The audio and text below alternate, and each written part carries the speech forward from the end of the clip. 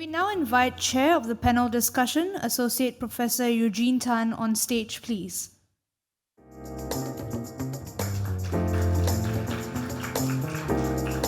We will now begin the last session of today's forum, the last panel discussion on geo-economic warfare and its impact on Singapore business will be chaired by Associate Professor Eugene Tan from the Yong Pang Kao School of Law, Singapore Management University. The panelists for this session are Prof. Chang and Mr. Ang. Associate Prof. Tan, Prof. Chang, and Mr. Ang, please. Thank you very much. Good afternoon, everyone. Good to see so many of you here, even though this is the last panel discussion.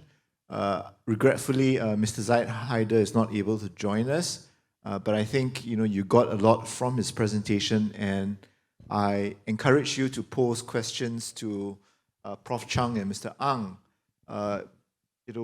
based on what Mr. Haider may have put across.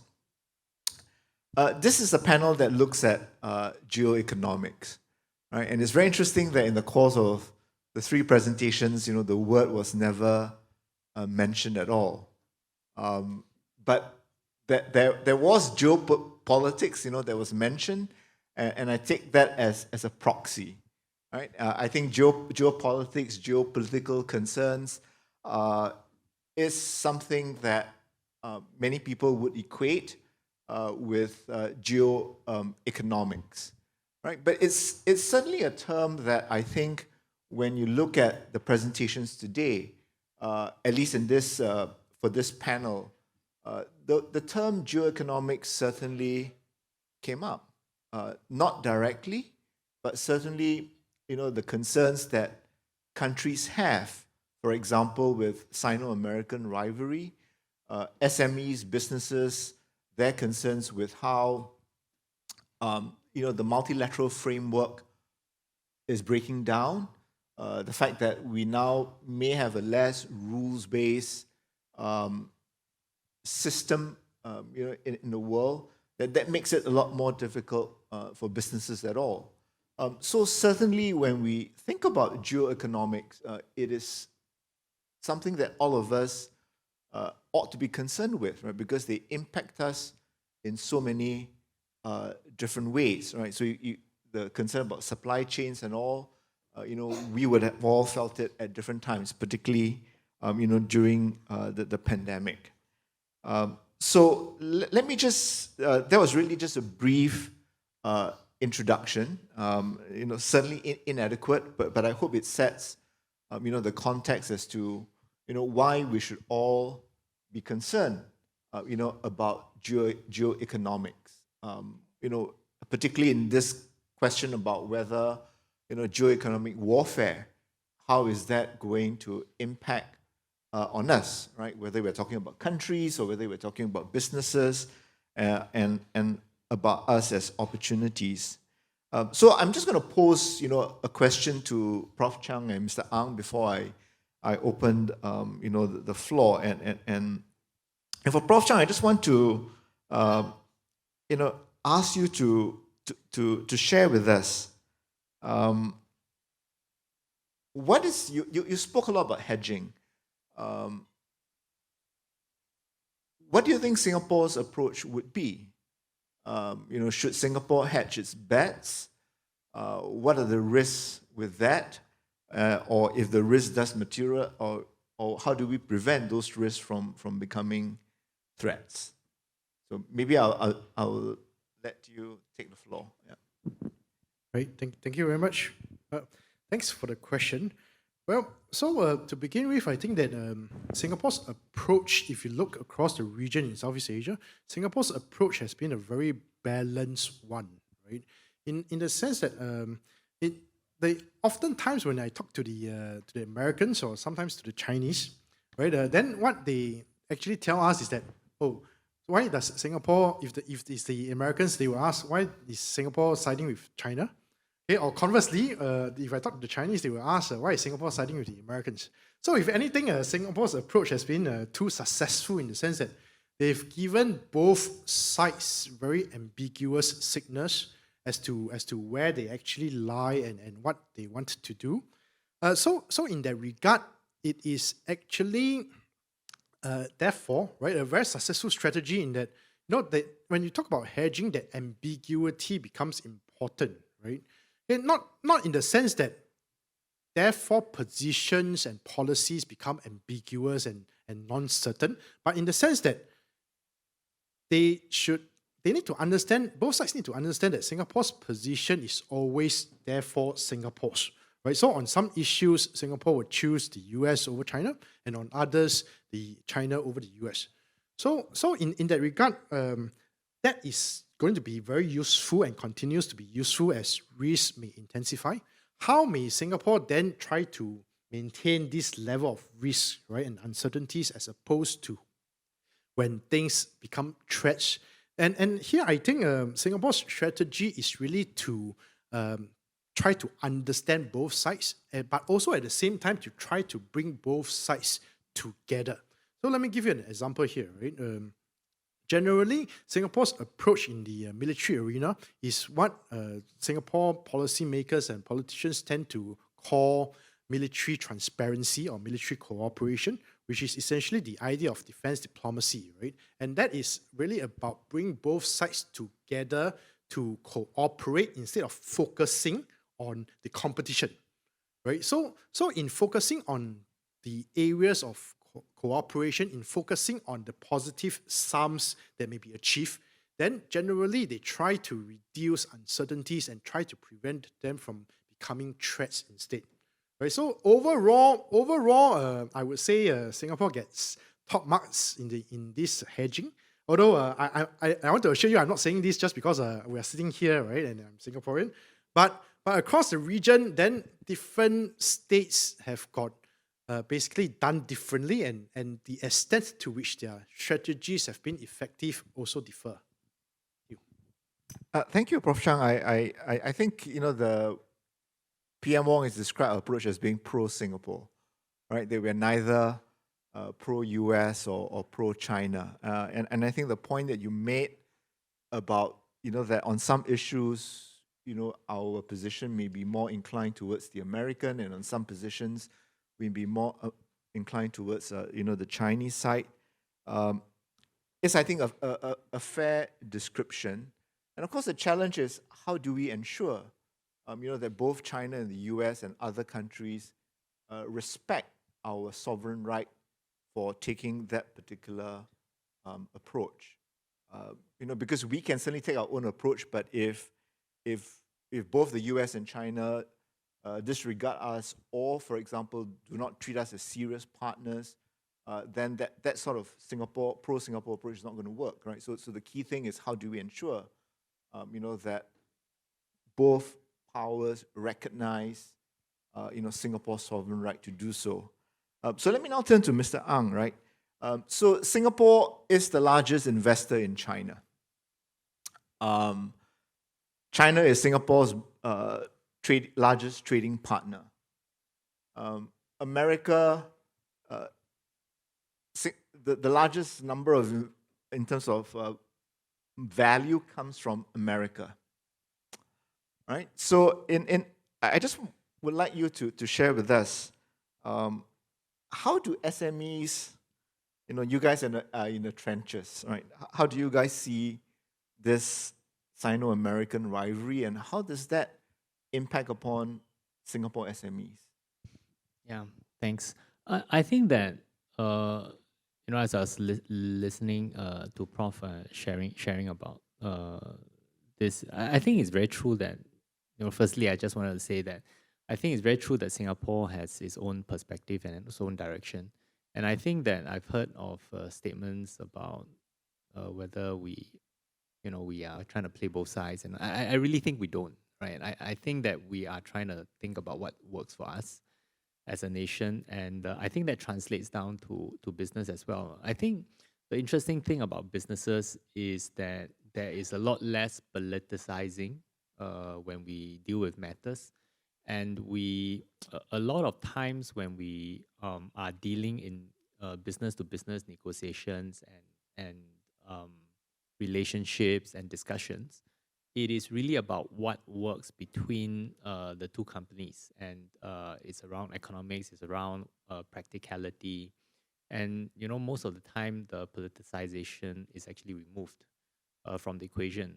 I think that therefore, having strong business-to-business ties, whether it's between Singapore and the West, or with United States, or Singapore with China, I think that really helps in creating a layer of trust that sometimes, on a political level, there may be certain situation where communications gets blocked off or it doesn't get through. And on the business level, you have a freer flow of communication and trust from a business to business level. I think that really helps in ensuring that communications channels stay open, at least from one facet.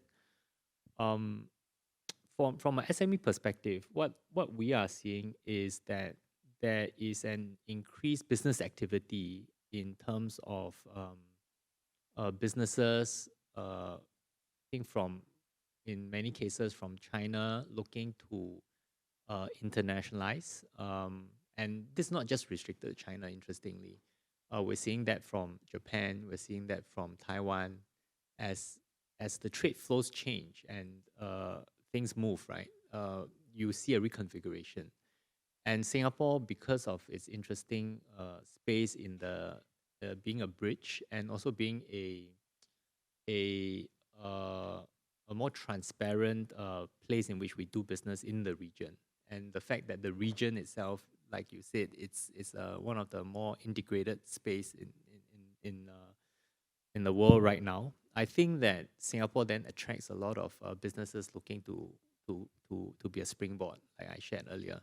And I think as an SME, that creates opportunities for us to look at how we can tap on this and then grow and internationalize, or at least regionalize, in this area. So I think this creates a lot of through churn and through change, I think a lot of new opportunities are created.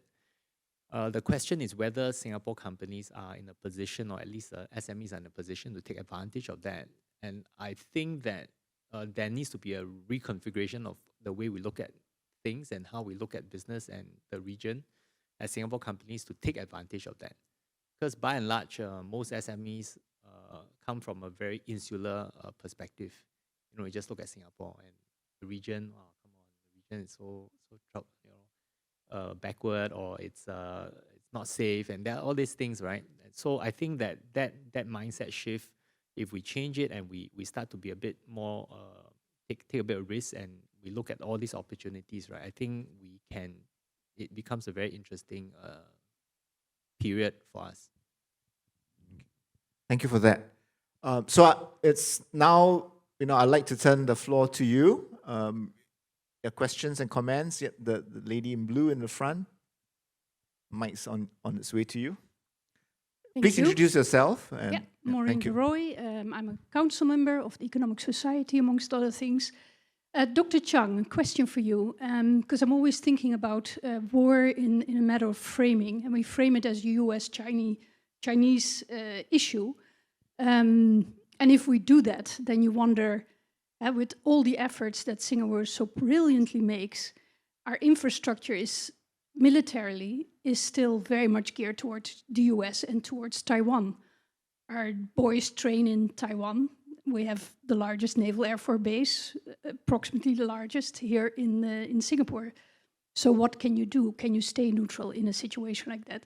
But as to the framing, shouldn't we look more at the region? Because if we look at Japan, part of the Quads, we look at AUKUS.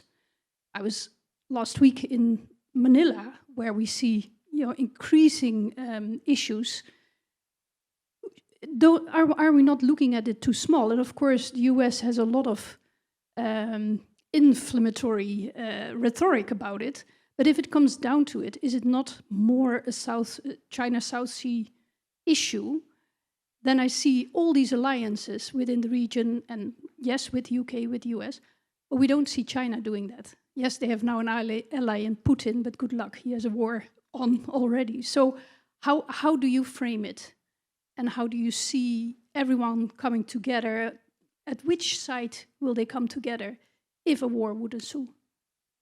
Okay, thank you, Maureen. just ask Prof Chang to hold back for. I'm going to collect another one or two questions because time is short for this Q&A, and I always like to have as many of you, be able to ask your question, right? And of course, this is the last panel, so it's your last chance. Swee Liang? Hi, thank you. My question is for Mr. Ang Yud. Mr. Ang, you spoke about government selecting or GLCs selecting the SMEs based on a merit base versus a collaborative approach. I'm just curious, could you please elaborate a little bit more on that? Thank you. Thank you, Swee Liang. One more question before I let the panelists respond. No? Okay, then while you're thinking, I'll ask Prof Chang to address Maureen's question, and followed by Mr. Ang to Swee Liang's point. Thank you very much, Eugene. Thanks for the question, Maureen. That's a very broad-ranging question, right? Now, so firstly, on the issue of military alliances, so generally the regional alliances are generally predicated on the US bilateral alliances with different parties in the region, including its mutual defense treaty with Japan, Korea, right? And then there's the trilateral one with NZAS, Australia, New Zealand, etc., etc. Right? So in that regard, yes, there are these alliances that the US have, and this is absent from the Chinese side. So I suppose this is also why the Chinese therefore feel threatened, in the sense that they think that these alliances today are a means to contain its rise.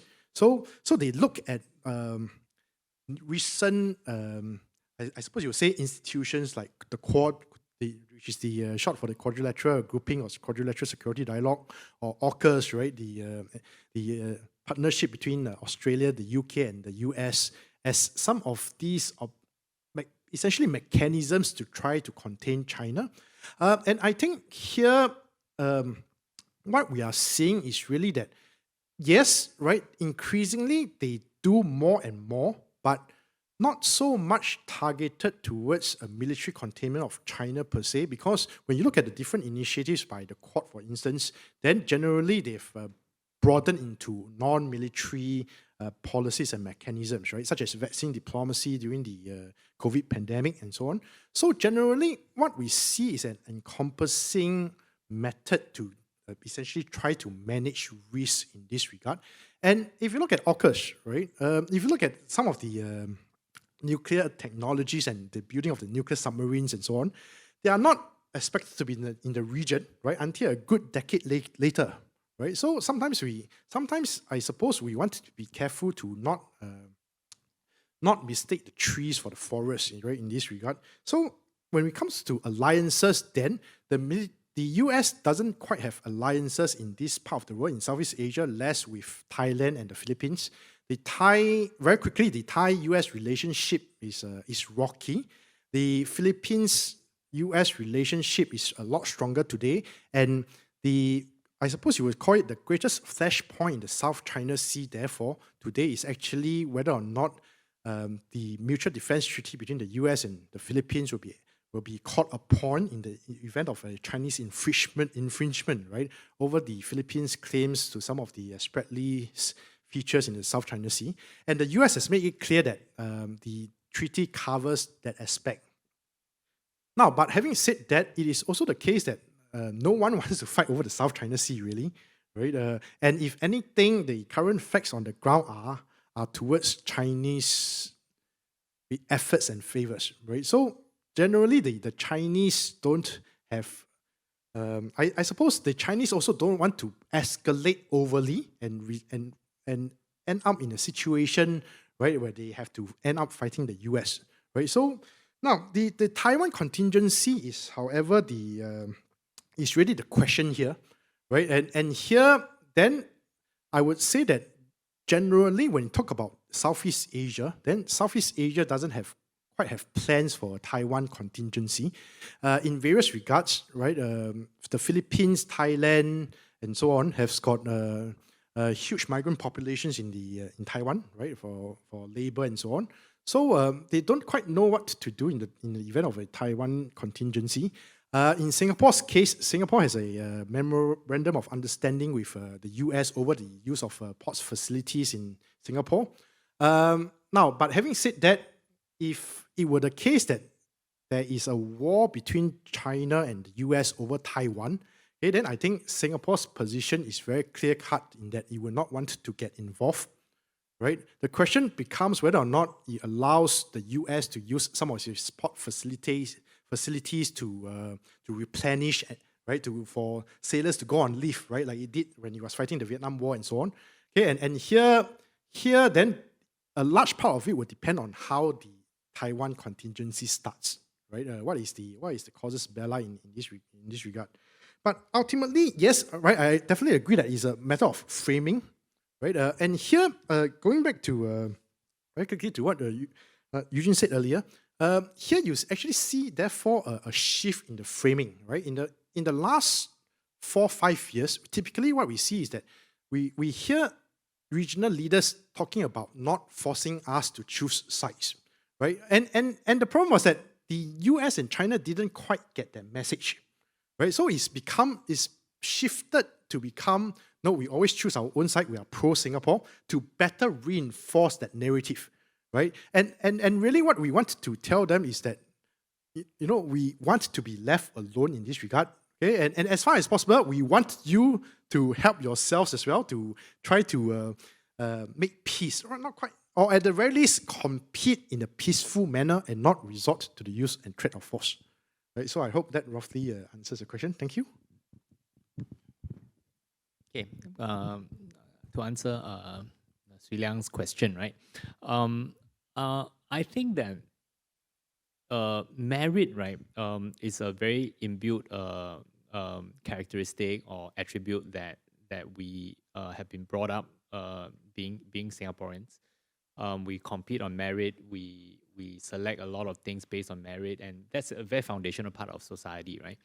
And when we go abroad and we compete, I think a lot of times the question I've been asking is that we have successful businesses, especially the larger ones that has won businesses in other countries, regionally or globally.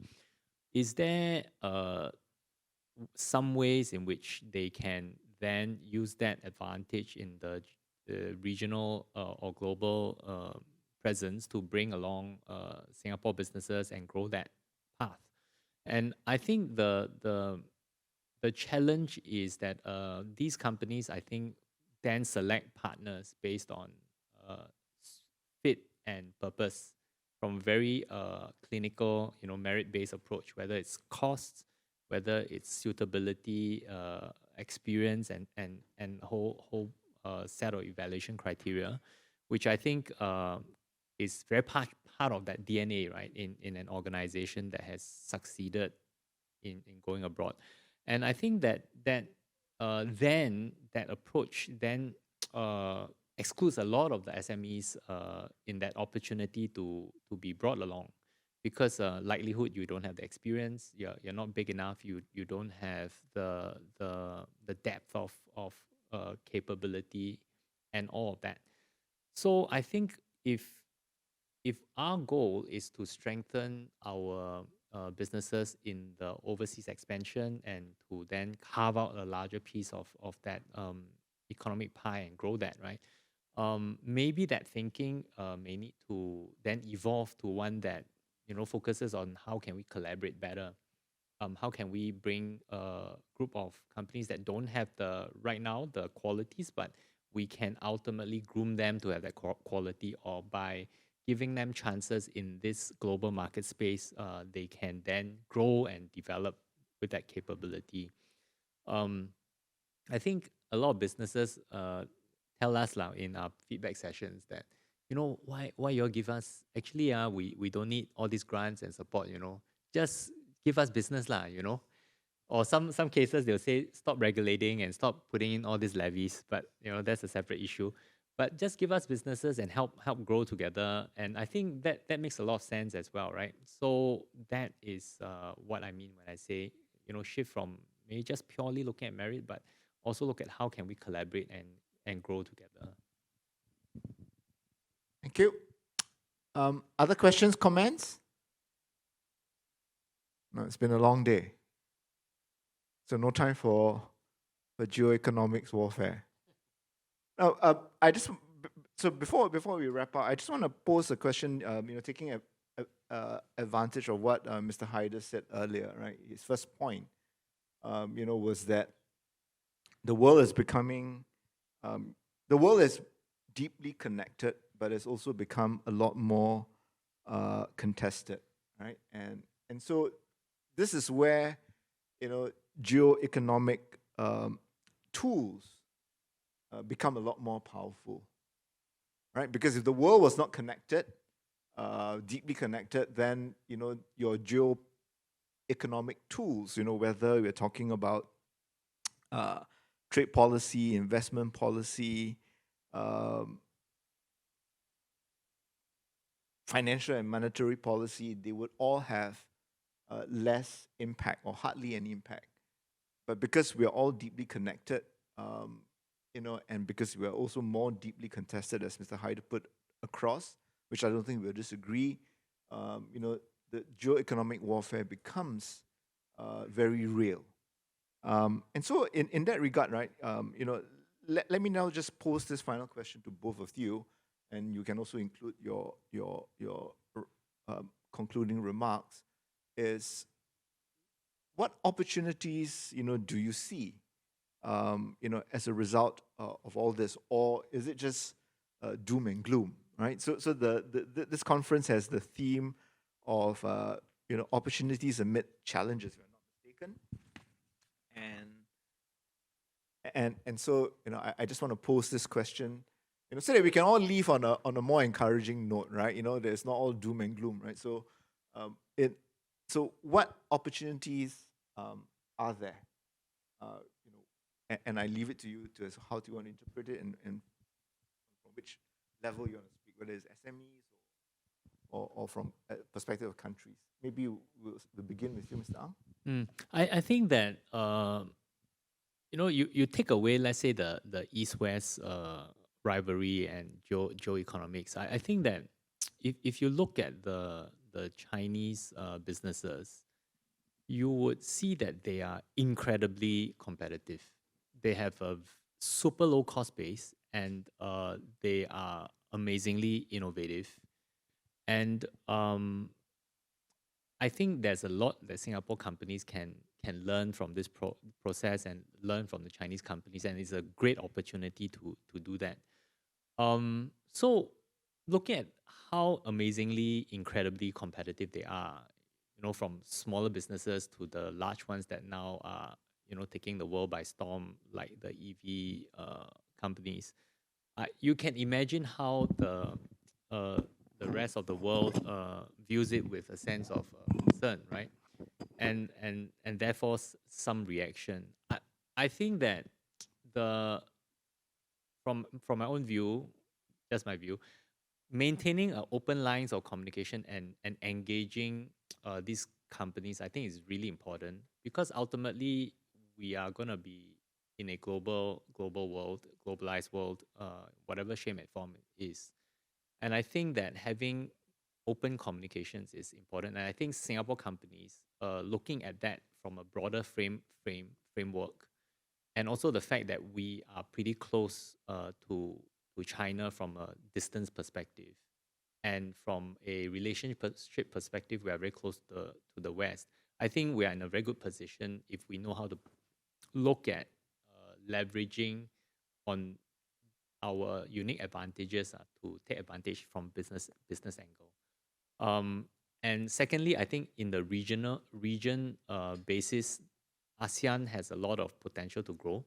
And I think while right now the spending power is very low, and Singapore companies will always say, hey, my margins are so low, if I go Philippines, I can't earn anything. I think we should look at the longer game and use it to reduce costs, and at the same time put in place the basis to ultimately look at how we can expand. I think that's a great opportunity there. Then thirdly, like I said, a lot of companies are trying to use Singapore as a springboard. I think Singapore companies then can look at how to benefit from this potential JVs, partnerships, and restructure. And I think it requires some mindset shift from our businesses, but I think there's always opportunity in challenges lah. So if we look at the right perspective, I think that's the kind of opportunities that I can see amongst many others. I think I agree your point on Southeast Asia in particular. I think sometimes we tend to look further afield when there's so much opportunities in our part of, in our neighborhood. And the question now is, how do we get not just SMEs, right, but also undergraduate students, to want to do an exchange or to work in Southeast Asia. I think those are very important. I think when you look at Southeast Asia, particularly Vietnam or Indonesia, right, the opportunities are there. I travel to these places quite regularly, and the sort of hunger, that the people have, and of course the growing middle class. I think it's something that I don't think Singapore companies are taking enough advantage. I just want to add one small point, right? You shared about our undergraduates and our workforce.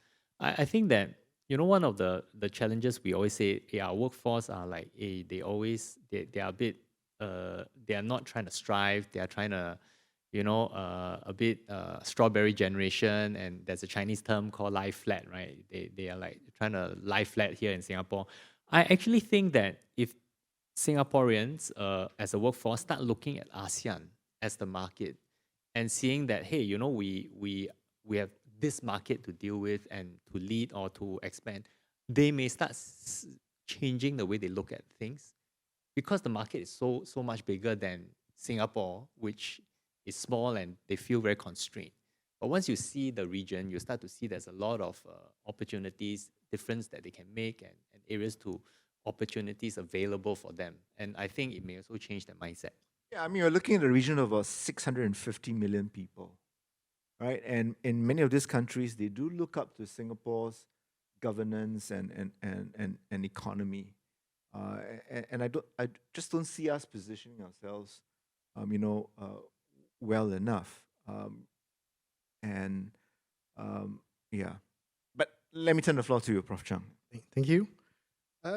Now, so on the question of connectedness, right, which I tend to like to characterize as interdependence, really, then I think it is precisely this connectedness or interdependence that has been helpful in actually ameliorating some of the tensions, right, and keeping them basically at a manageable level, right? Because without that interdependence, then things could actually have been much worse. And here, if I take you back to a few years ago, there was a lot of talk about decoupling, okay, or more recently, the idea of de-risking. Okay, and we didn't quite actually see these different things happening, if only because the world is so connected today that even if you impose tariffs, even if the US imposes tariffs on China, right, some of these tariffs also actually hurts the US, right? So, and it is precisely because of that things haven't gotten much worse. And very quickly, I want to end off with if I refer you back to Singapore's first foreign minister, S. Rajaratnam, not only because I'm from the Rajaratnam School, but he has a famous speech in which he talked about suns and gravities, right? That when you have major powers, right, which behave like great major planets, suns, and they exert gravitational force on the smaller planets in the system, like Singapore, smaller countries. But it is with a judicious managing of these gravitational pulls and counter pulls, right, that small countries like Singapore can navigate. And it is precisely of this connectedness and contestation, right, that Singapore can navigate these arduous waters. I'm not quite sure that the gravitational part is scientifically accurate, but I'm sure we understand the metaphor here. Thank you. So thank you. Sorry to have gone over time. When I learned economics at junior college, which was a long time ago, right, more than three decades ago, my economics tutor, would begin each class by saying, economics is a social science, right? And it is, right? It is because it deals with human beings. It deals with how human beings relate to each other and the sort of impact that they have on each other. And of course, when we look at this panel, looking at geo-economics, right, I think it also reminds us about how economics and politics or international relations are very intimately connected, right? And how countries, for example, would use their political influence, their economic power, to get other countries, to do their bidding.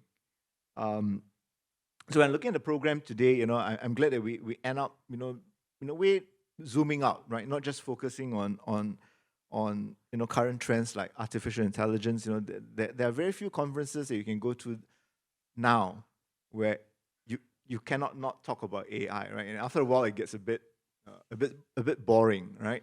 I'm not saying that it's not important, but I think there are also these other issues. But just very quickly, right? When we talk about geo-economic warfare, we're talking about simple things like sanctions, right? They've been around for a very long time. We're talking about state capitalism. It's not a tool of warfare, but it's how also countries hedge themselves, against the uncertainties, of doing business with other countries. And I know this is a room, with many economic teachers, educators, and I think, it brings me back to the point of how, the issues of economics are very intimately connected, to us, right, and with us, and how politics and economics are really, different languages by which countries and individuals, seek to exert their influence, right? But I hope you see that there are opportunities amid, all this talk about geopolitical war mongering and geo-economic warfare, and so I hope we can all leave on a much more optimistic note, right? So can I invite you to put your hands together to thank Professor Chang and Mr. Ang. Thank you. Once again, thank you, speakers, for sharing your diverse perspectives.